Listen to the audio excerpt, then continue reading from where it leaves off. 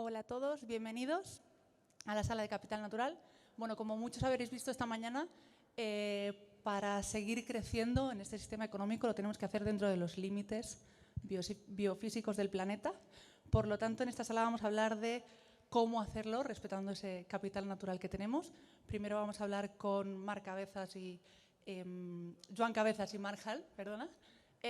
Una conversación a dos, y luego tenemos a Irene Tarradellas de Impact Hub Barcelona, que va a moderar una mesa con otros 3 ponentes que hablarán de experiencias reales sobre economía regenerativa. Y sobre todo os animo a apuntaros preguntas porque tenemos media hora, un poquito menos ahora al final de la sesión, 15-20 minutos, para que les podáis preguntar directamente. Así que anotaros todas las preguntas que tengáis, que es lo rico de esta sesión.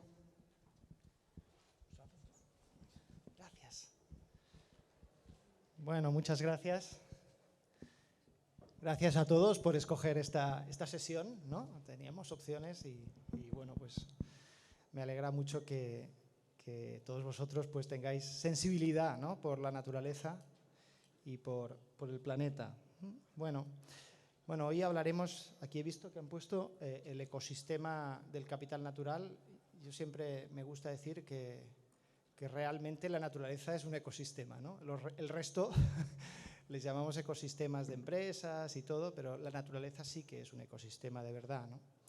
Me gustaría decir, bueno, para los que no habéis estado antes, yo soy Joan Cabezas, soy uno de los socios de Palladium, de una empresa global que nos dedicamos a proyectos de impacto positivo en todo el mundo, y aparte pues soy el CEO de Enactiva, que es la plataforma para la regeneración del capital natural en el Mediterráneo.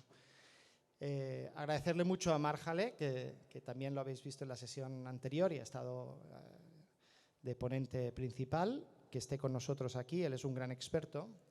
Me gustaría introducir el tema muy brevemente diciendo que a veces cuando explicamos los retos de la humanidad nos complicamos, ¿no? Nos complicamos un poco. I will switch to English because I think Marc is more proficient in English, of course.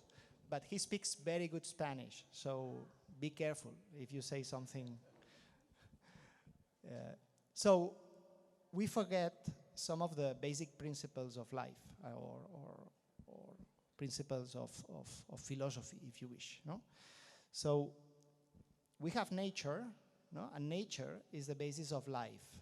And life is the basis of society or human society. And human society is the basis for culture and economy, right? But the sequence is like this, right? And this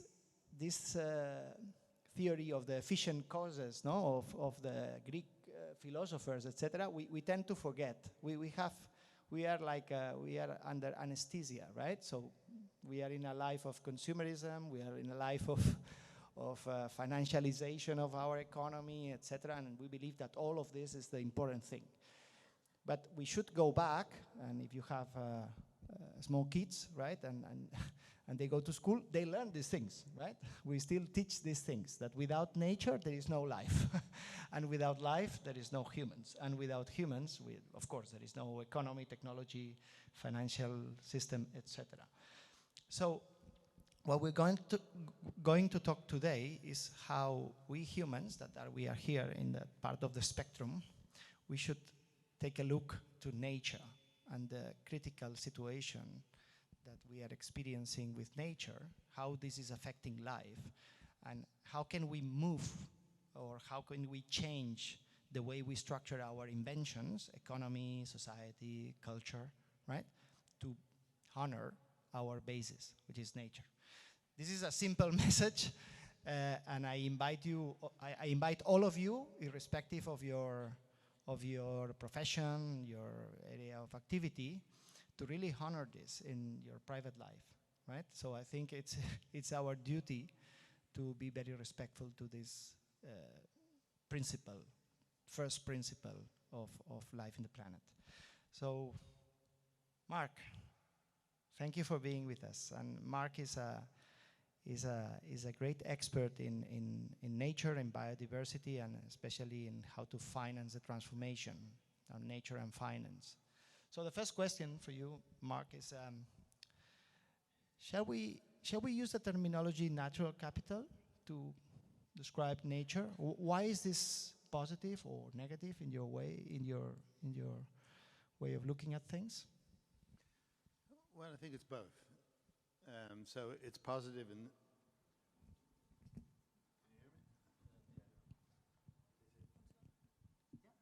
Okay, it seems to be working. It's positive to use the term natural capital in the context of looking at the different capitals that make up an economy. So the financial capital, social capital, human capital, natural capital is part of that. The problem with it is that it tends to imply, my goodness, there's this wealth of capital out there that nobody's giving value to, that nobody's taking seriously, that is just sort of out there for us to discover and mobilize. And the problem with that is that up to now, and this is changing quickly, the simple fact is that nature is not greatly material in financial decision making. And so a way of putting it rather brutally is to say the offer given to economic actors or financial actors is, would you like to pay for natural capital? It's worth this much. Or would you like to continue having it free? And unfortunately, there are no prizes to be won for guessing which one they're going to go for. So let me just give you an example of that. The global food industry is worth $8 trillion a year. They draw on $12 trillion of nature services in each year as well. And so if this were an enterprise paying for its inputs, paying for its impacts, it would long ago have gone bankrupt. So you have a whole economy, you have a whole system out there that is surviving and going ahead only because it isn't paying for the destruction of the nature that it's generating. And so there's something very badly wrong here. And we all know the symptoms because everybody prefers to talk about the symptoms. You know, the rhino is going extinct, the oceans are filling with plastic, the coral reefs are dying, we're in the 6th great extinction, this is terrible, terrible, terrible, terrible. And instead of saying, actually, when you think about it, 100% of the global economy is 100% dependent on nature. 100%. I know the PwC report talks about 55% of corporations being heavily at risk because of nature-related factors. I know that the World Economic Forum's Global Risk Report each year shows that the thing that the corporations are really worried about are climate change and biodiversity loss. So on the one hand, there's a recognition of the problem. On the other hand, there is no real mechanism for building this into the way that the economies work. And at a later point, I'll give some ideas about what we need to do. Hello? Hi, yes. Yeah, I think this is a very important point. So we have experienced this incredible wave of development for the last 200, 250 years, right? With a boom or a boost for the last 100 years with the fossil fuels economy and the cheap energy.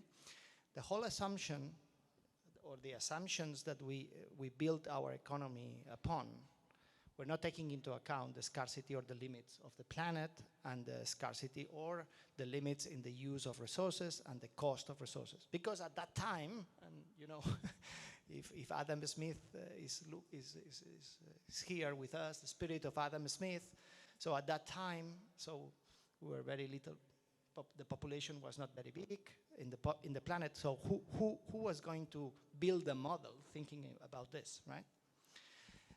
Still today, when I look at entrepreneurs that are promoting a technology, etc., I still don't see. I was the other day in a presentation of cultured meat, right? Cultured meat, and they present the business plan, but they don't they don't present the potential externalities when 8 billion in the planet will be eating cultured meat, right? So we are not very good at that. But imagine when we created the basis of our economy. But we are still functioning, and we built the financialization of our economy and the debt and everything based on those assumptions. Of course, this is something that we could say, no, let's change the convention. Let's ascribe some value to nature. Let's start to change this very quickly. But of course, this has a lot of pain in all of us, right? We are all micro investors with our deposits in the banks or our savings. We are all micro consumers.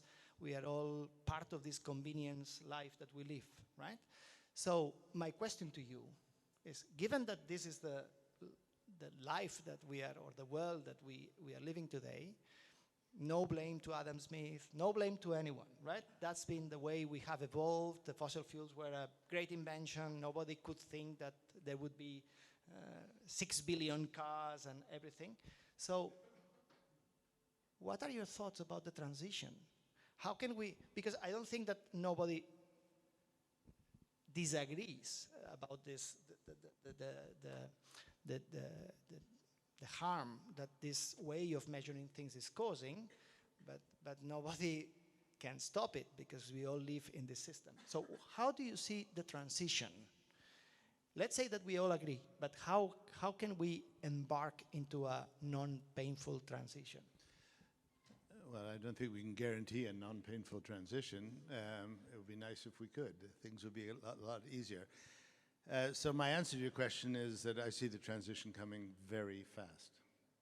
So if you talk to bankers or corporates and say, you know, how long did it take for you to kind of wake up to your obligations around climate, around measuring your carbon footprint, about reducing your carbon footprint, about setting and integrating into your business net zero goals over a period of time? And they'll tell you, well, yeah, it came in over a period of 25, 30 years. That at first we resisted it, and then we looked at it, and then we began to see what others were doing, and then we slowly integrated it. And now it's a fundamental part of our business. Not fundamental enough, but it's a fundamental part of business. When it comes to nature, that same transition happened in 5 years. So I work on nature finance. I went and had lunch with a group of Geneva private bankers 5 years ago and said, guys, nature's coming as a topic. And even if you don't believe me, it would be wise of you to think about what it might imply for the way you do business. And they treated me as if I was selling Girl Scout cookies. And I'm, of course, it's nature. We all love nature. Don't worry, it's fine, it's good. And 3 or 4 years later, they're all coming back and saying, actually, how do we do it? What do we do? And of course, it wasn't an easy answer, because with climate, you cut your greenhouse gas emissions, and you're a long way to addressing it. With nature, it's much more complex. It's much more site-specific. You have to deal not only with species, but ecosystem and ecosystem services. You've got to talk about rehabilitation of nature that's been degraded or destroyed. So it's much more difficult. And what they said, and they said quite justifiably, we'd love to do it, but we don't have the data, we don't have the definitions, we don't have the taxonomy, we don't have the models, we don't know how to align our portfolios with nature, nature's obligations. And it was a fair point. I think today, that's no longer an excuse. Do we have the data? Yes, we have masses of data. Is it perfect? No. Is it enough to act on now? Yes.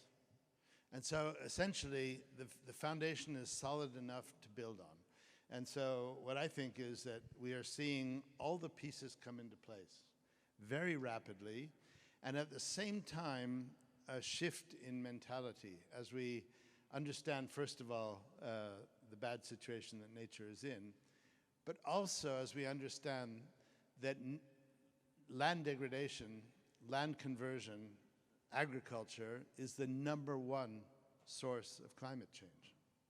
So more than energy, more than transport, more than industry, the climate is changing because of our mistreatment of nature.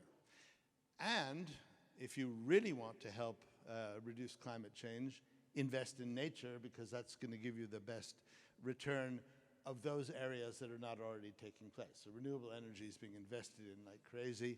It's building like crazy. That's wonderful. The one sort of area where it's not yet happening is land conversion and agriculture. And I'll end with just one piece of good news.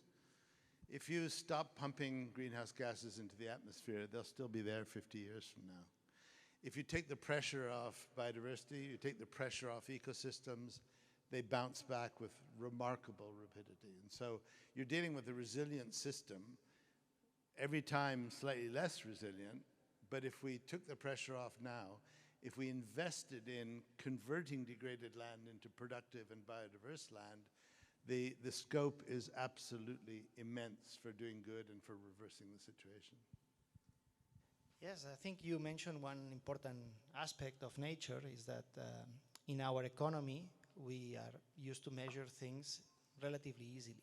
No? So it doesn't matter if you're Google, you measure ads and the price per ad, and then you have the revenue. If you do cars, it's the same, cars times the price or the cost, right? With nature, this is not happening, right? Nature is complex, we need to measure many factors, and it's more difficult to predict, right? Nature has its own intelligence, which is, in my opinion, much bigger than ours. We model nature, we understand some of the patterns, but it's difficult for for example, the risk people, right? The risk the risk assessment of investments, when you don't have this predictability and you have this but this is changing very quickly, as you say, because nature has a positive aspect, which is a real asset, right? It's a real asset, and for that, investors don't. Do you see any risk in this? Because I've seen this change in the private bankers and in the investment community, but one of the changes is let's buy the land and then we'll do our own stuff in the land, rather than allowing the people owning the land today or the communities to develop their own things. Do you see a risk of new colonization and increasing risk of inequality because of that? Yeah, there is that risk, but it's a transition risk. So like everything, are electric cars perfect? No, the batteries cause problem, the recycling cause problem. They depend on cobalt, which is mined in the DRC by children, et cetera, et cetera. And you can say, oh, well, then I'm not going to touch electric cars. Actually, the more you buy electric cars, the faster the technological developments will take place, and the more quickly those problems will be solved. And I think the same is true in nature. The problem with nature investment, and I was thinking about this both last night at the dinner and this morning in the session, which was basically on social entrepreneurship, is that in the present system, it hits a ceiling very quickly. So I love social entrepreneurship. I love the things we were hearing there. Everybody knows that social entrepreneurship grows fast and then plateaus, right? And it doesn't affect the way the economy works. It certainly doesn't affect the way finance works. So nature investment, this is fantastic. There's lots of capital out there looking for good projects, for impact projects. There are a lot of needs out there that are looking for investment. Let's create a dating service. Let's bring these people together. Let's get them to talk. Actually, that's not the problem, because investment works on a mercantilist and corporate logic, which says, I want impact, but I want it at an acceptable level of risk, and I want it generating a rate of return over a short period of time, which allows it to compete with other uses of that capital. And so you say, well, nature investments can generate a very good return, but it's over 10 or 12 years, gone. Risk is perceived as low in destroying nature because there's no price to be paid for destroying nature. So if we count on the corporate culture to say, oh, gee, nature's wonderful, isn't it a shame we're destroying our planet? Maybe we should invest in a different way. I don't think we'll see the change fast enough. It will require a set of regulations, policies, and incentives that reward investment in nature over investment in destroying nature. Sure, and this is also another barrier that we have in our economic system and our financial evaluation of investments is the growth imperative, no? And we've built an economy that it's based on outsourcing our labor, right, mostly. we live out of the salary that we have. We don't have our food. We need to work to live. We have the IP as the IP as a core for the corporates to develop their own business and to be profitable. So we have, and this implies, apparently, right? So a certain imperative, growth imperative, especially with growing population, etc. We also listen to the mermaid singing, right? No, we should grow, and there is a movement of the some people say the growth, the others say the coupling economy, so growth from the fossil fuel economy. What are your thoughts about growth, the coupling? I think it's a very dangerous distraction. I come from Switzerland. We had an election last month, and the Green Party receded quite a bit. They lost a third of the seats they had in Parliament. And a lot of the interpretation was that people are tired of the message that says you have to sacrifice, you have to do less, you have to drive less, you have to consume less, you have to live at a lower level, you shouldn't travel. If you're thinking of that holiday in the Maldives, cancel it. And the sort of negative approach never works. And this is why I'm so critical of the nature community itself, because it operates on trying to instill fear in you, saying, careful, we're headed for the cliff, and if we don't change direction, we're going over it. Assuming, falsely, that leads people to say, oh my God, we have to act while there's still time. Actually, what it does, it drives people into denial. They say, oh no, I can't deal with that message, I'm going to have another beer, you know. And I think that we have to go back to, we talked of values, and the value of natural capital, but that's value with a small v, and value with a large V. Actually, people are motivated by, they are inspired by things that they hold to be valuable. And if you do surveys, you'll find that most people think nature is important, and what nature offers us in terms of peace, clean air, clean water, etc., is really important. Most people feel that their lives are enhanced by knowing that there are whales in the ocean, even if you never see one. And so people give this value to nature. And I think what we need is an approach that essentially says, nature is a human value held in common on which we depend completely. And therefore, we're going to mount a movement against those who are destroying it. So I used the example of slavery and child labor in the main meeting this morning. Let me use another example. When I was growing up in Geneva, everybody smoked everywhere. You go to a cafe, everybody was smoking. You go to, you take a tram, you go to the cinema, everybody was smoking in the cinema. You could hardly see the screen because there was this cloud of smoke coming down. When we started reacting against it, people said, yeah, forget it. The entire parliament is in the pockets of the tobacco industry. You're never going to get anywhere. What happened? We didn't get anywhere for a long time. And then when it changed really quickly. Really quickly. So what we have now is a new social norm where if you light up in a restaurant here in Barcelona, the conversation in the entire restaurant will come to a stop and everybody will look at you. It is what we call pariah behavior. We need to get to a point where a company that destroys biodiversity or degenerates ecosystem services in the course of generating a profit is treated like a pariah. They lose their social license to operate.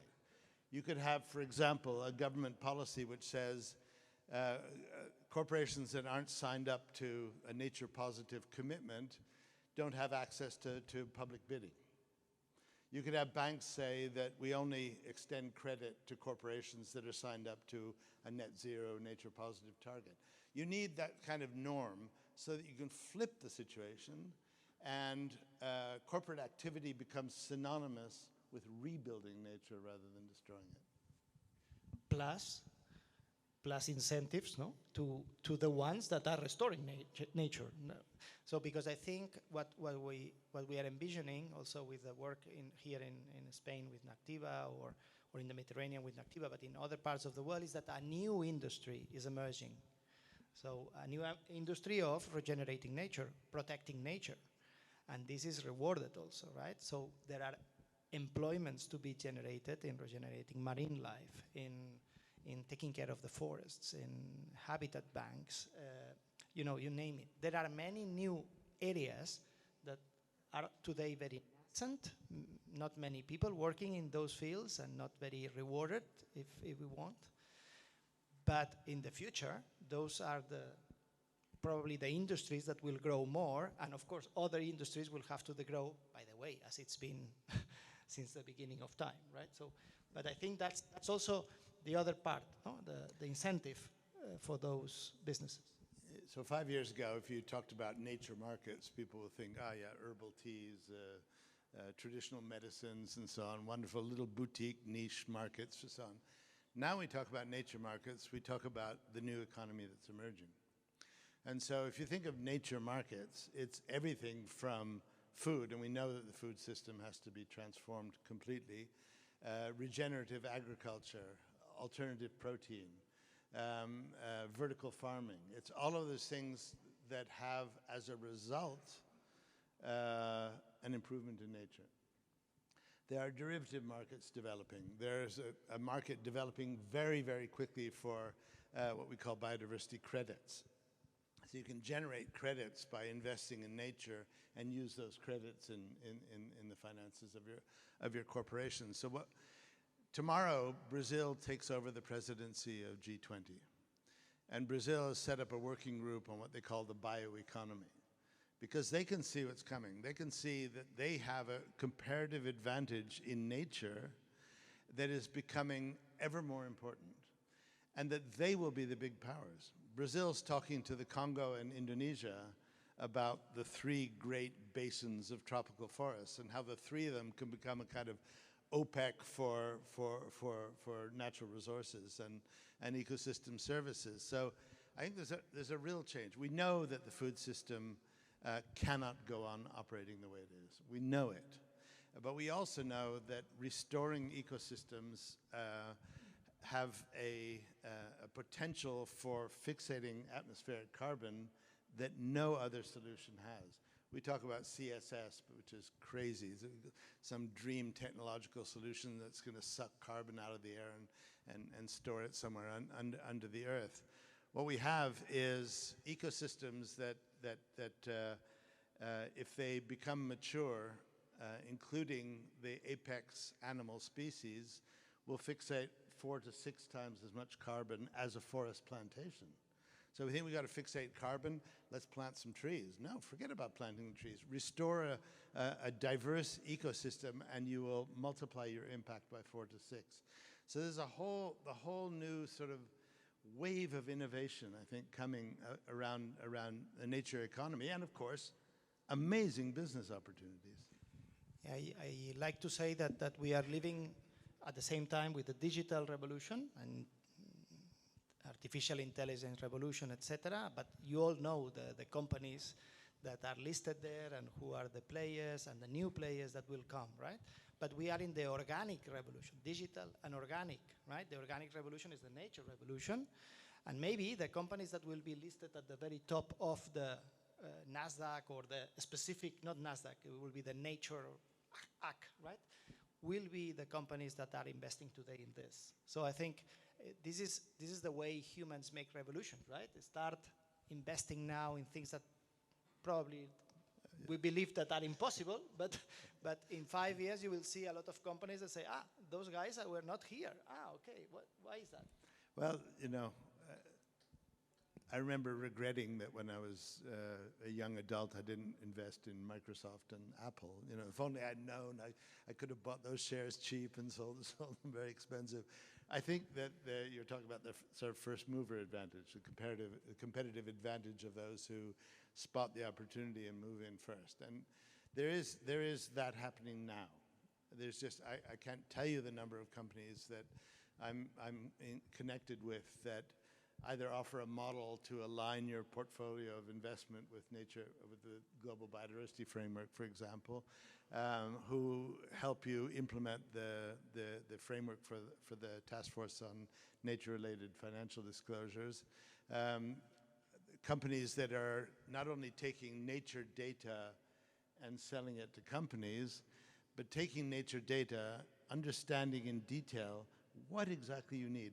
What model do you use, and how can I structure this data so that it slips smoothly into the model you're using for your investment decisions?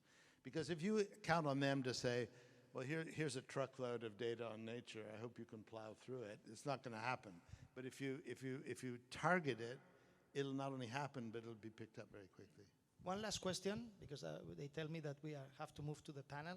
But one last question would be, how do you see the role of blended finance, especially to fund this transition? What is blended finance? Is mixing different sources of financing projects, right? We can have the investors, the private investors, but also the public money, the philanthropic money, etc. So how do you see the role of this? Do you see a role for blended finance? I see a sort of transition role, a temporary role. Everybody talks about blended finance because if you can get the government to take the risk off your investment, hey, you're more readily available to make that investment. I think blended finance is largely a fix on a broken economy. So what I would rather have, and I'll give you an example. In the Netherlands, they kept putting out public bids for infrastructure projects, and they never could take the one that actually was nature-friendly because it was more expensive than the others. And so they thought of something ingenious. They said, why don't we define the nature-friendly project as what we're looking for, and then take the lowest of those? So what I would like to happen is that investment is regulated, it sits within a policy framework, and it benefits from incentives that make the nature investment the preferable investment. And then you won't need blended finance because that's where the smart capital will go. So let's create a system where you are aligning the needs of a healthy planet with the needs of investors, and then the economy will operate as it always has, looking for greater efficiencies, looking for the best ideas, looking for the most recent innovations. Well, when we started with Nactiva, talking to companies and talking about natural capital, many people said, but what do you mean about that? So not all the companies, of course, but many companies were not fully aware of this.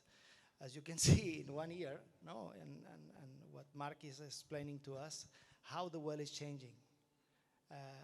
Now I would say that if a company today are still not aware of the relationship, company, organization, about the relationship with nature and how to improve that, it is highly probable that in the next coming years they will not be eligible for public contracts, they will not be competitive with consumers, and this world is moving very fast. So I think thank you very much, Mark, for this inspirational talk and for enlightening us about the latest developments on this